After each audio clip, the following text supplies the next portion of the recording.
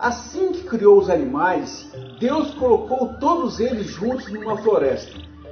Para não interferir na administração da floresta, Deus disse que eles democraticamente votassem em quem deveria administrar a floresta. Antes, quem administrava a floresta eram os corvos.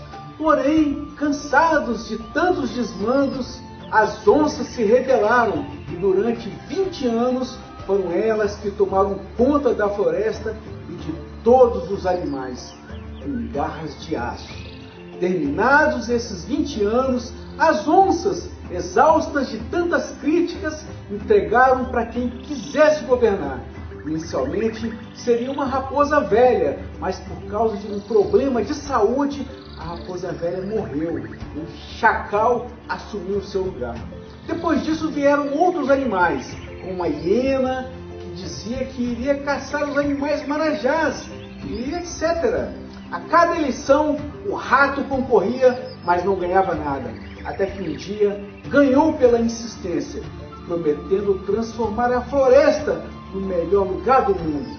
Durante 8 anos, o rato fez da floresta o que bem quis e só roubou a comida dos outros animais. Afinal, a natureza do rato era essa mesma. Não podendo mais ser o chefe, colocou a anta em seu lugar, mas a anta só fazia besteiras.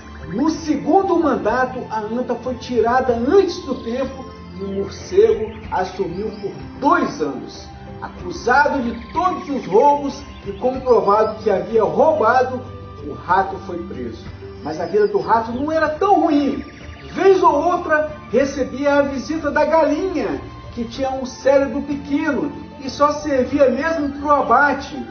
Vieram novas eleições. Os animais, cansados de tantos anos de roubalheira, votaram no leão, que ganhou a vaga. Assumiu a floresta, para descontentamento dos jumentos, dos burros, das mulas, vacas e hienas, que ainda apoiavam cegamente o rato, mesmo sabendo que ele havia roubado. É que o rato, durante a sua gestão, dava caroços para esses animais, enquanto os frutos mesmo iam para os seus amiguinhos, ratos também. O leão começou a mudar a floresta. A comida já não desaparecia. Muitas modificações foram feitas e a floresta avançava. Mas isso causou descontentamento nos outros ratos, que então armaram uma armadilha contra o leão. Pediram a 9 abutres que dessem um jeito de inocentar o rato, e assim eles fizeram.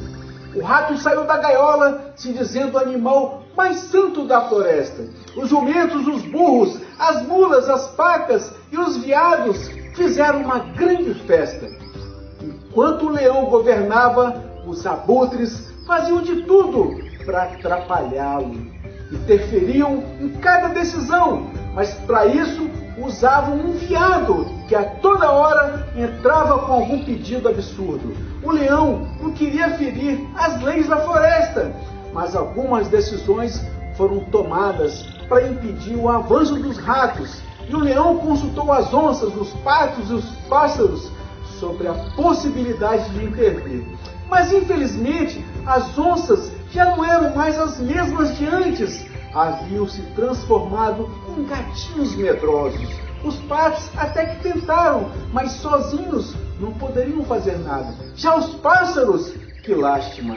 Não havia entre eles um líder que tivesse a coragem de uma águia, e não passavam de pombos, daqueles que cagam em tudo, não cantam e só enchem o saco. O líder das aves era um avestruz que enterrou a cabeça no buraco no chão. Deixaram o leão sozinho.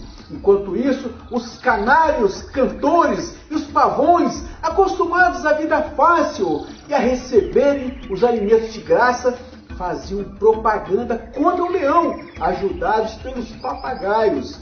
Novas eleições vieram, os abutres deram um jeitinho de manipular o resultado e o rato foi eleito o rei da floresta novamente. E ai de quem falasse alguma coisa, um dos abutres mandava prender na mesma hora. Instalou-se uma ditadura na floresta. para a tristeza e indignação da maioria da fauna, com exceção dos burros, das antas, das mulas, dos ratos, papagaios, corvos, serpentes, abutres e pacas. O leão triste foi para uma floresta distante. Enquanto isso, o rato voltou a roubar como nunca antes. Colocou todos os animais que haviam colaborado com ele na sua administração. E esses eram os que mais faziam besteiras. Por exemplo, para tomar conta da justiça, colocou um porco acostumado com os ambientes mais lameados. Na cultura, colocou a gralha e na economia, colocou um jumento. Assim, a floresta começou a desandar. Os animais, aos poucos, foram padecendo de tristeza, enquanto a floresta era devastada pelo que havia de pior na fauna. Mas Deus, olhando com tristeza tudo isso, falou: um dia, leão, você haverá de voltar, e mais forte, você vai rugir mais forte, a floresta vai reagir, e cada um dos animais que ajudou a destruir a minha criação vai pagar caro por isso. Inclusive os que te traíram ou se acovardaram. Que a minha justiça seja feita e não a dos abutres. E todos os animais se animaram, porque Deus é Deus.